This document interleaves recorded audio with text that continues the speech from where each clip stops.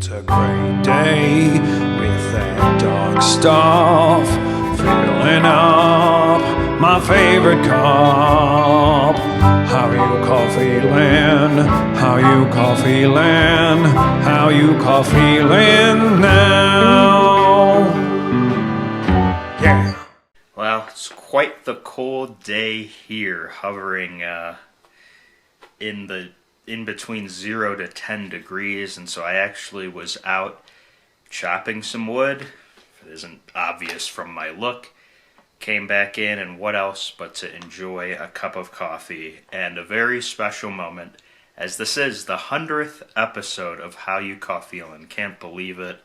Started doing this during the pandemic and just ordering coffee, and now here we are, the 100th episode, reviewing coffee. Now, over the period of time that I've been doing How You Coffeelin, one of the viewers is a good friend of mine, fellow comedian Bill Arundel, and probably years ago at this point he suggested I review this coffee, and so I held on to it for number 100 for a reason, as I'll get into, but today I'll be trying out Death Wish Coffee, their original OG, as they say, dark roast, a whole bean that I've grinded hints of chocolate and cherry. Now, why was I hesitant to venture into Death Wish Coffee?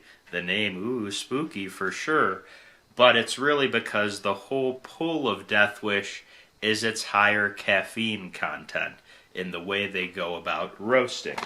So to learn more about that and what's entailed in it, there is a 2019 New York Times article from their Wirecutter blog, which you easily can look up as well too, but I'm bringing that to the table before trying Death Wish out. Because as they write, Death Wish is billed as the world's strongest coffee, and although the company doesn't release caffeine content figures, we have seen third-party test results in an eye-opening range of 650 to 728 milligrams of caffeine in a 12-ounce cup. They use as an example, that's the Starbucks tall size. So those Starbucks tall will have 193, 235, and 270 milligrams of caffeine, depending upon dark to blonde roast from there. So as they write, drinking a cup of Death Wish is like drinking 2.5 to 3 cups of Starbucks coffee. Of course, I drink 0 cups of Starbucks coffee. I find that coffee terrible. But you understand the point when it comes to math. So, what we're getting into, first of all, let's talk, I'm going through the Wirecutter blog to get first to the science of it. And the question here is it safe? So, most experts agree that healthy adults can safely consume about 400 milligrams of caffeine daily. Of course, this depends on our body size or whatever. Let's act like I'm normal, which, I am, in the sense of caffeine at least, and what I'm looking for. We'll get to that in a second. So, we're already venturing with Death Wish into beyond the daily expectations of caffeine for any individual. And again, ranges depend upon body, how you consume caffeine, things of that nature. And who they interview here, Ted Kalmeyer, a sports nutrition coach, would say, this is great for someone who's built up a high tolerance to caffeine.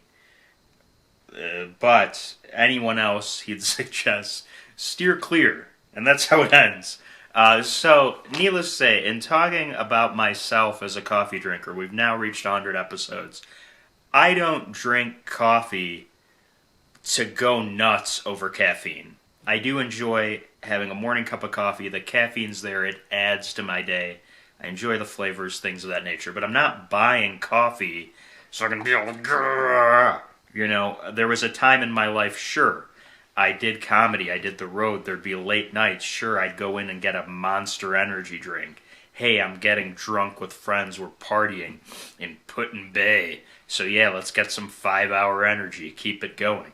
It was a different era in my life, as well as just this is not my approach with caffeine. Nevertheless, that is the major hook to Death Wish Coffee. It describes itself as rebellious by nature, fiercely strong coffee. So, it's pretty aggro. It's Death Wish, right?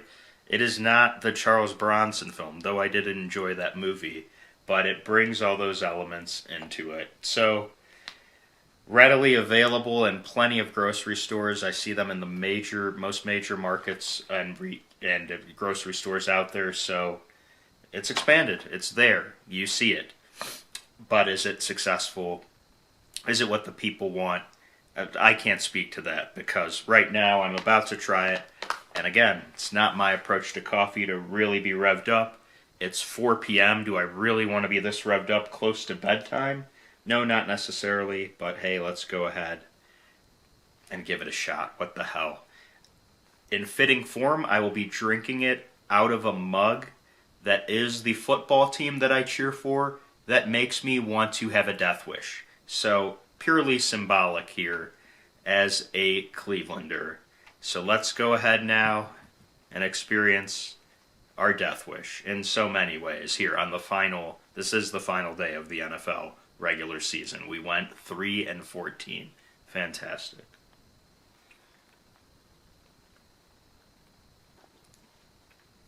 Okay. I would say drinking it black and a dark roast fan, as you know if you do watch this show.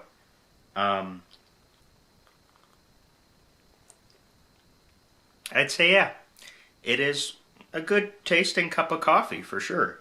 So what they've mentioned here and relied upon in their advertising, fantastic. I mean, not fantastic, but they deliver on taste, and that seems to be what they describe of with all their aspects of how they go about putting their cup of coffee together for us. They are fair trade certified. That, of course, really is important, and it matters. I care about that as I've reviewed any of these 100. And so it's a nice thing by Death Wish to be doing that, being organic by nature, all these aspects. So they care, for sure, about the cup of coffee that they're making for us, and they can describe it in full detail on their website as well, too, as they are robust, but certainly, it's a yummy cup of coffee, no doubt. Should I film later, 2 hours from now, to see how absolutely revved up on caffeine I am? I don't know that I want to. But what I will say is, just purely based off taste, it's great. My hesitance going into this and me ever purchasing it again is, yeah, I'm not looking to have my heart explode in how I drink coffee. There's no reason for me personally, at least, for such a high level of caffeine to start my day or at any point of my day to keep myself going, no matter how dry my speech patterns may be.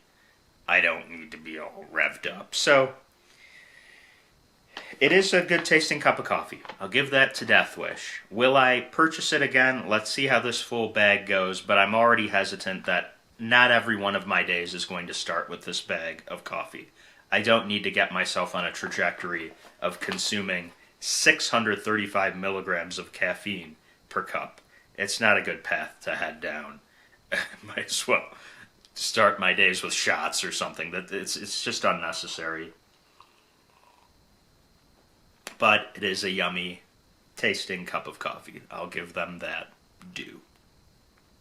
So, this was actually on sale too for $14 at Sprouts. It seems to come in at regular prices, sometimes a little over $20 because of its appeal. But I've noticed it's regularly on sale, so I'm curious if the Death Wish is really hitting on most coffee drinkers or not. It's becoming kind of specialty in a discount-y way. So, I don't know, maybe I'm getting a hit now. Discount-y. The 635 milligram kicking in. I don't know. So, yeah. 100 episodes. Thank you to any of you who have watched these. This is, I'll be honest, How You Coffeelin is by no means my most successful videos at all on here on my YouTube channel.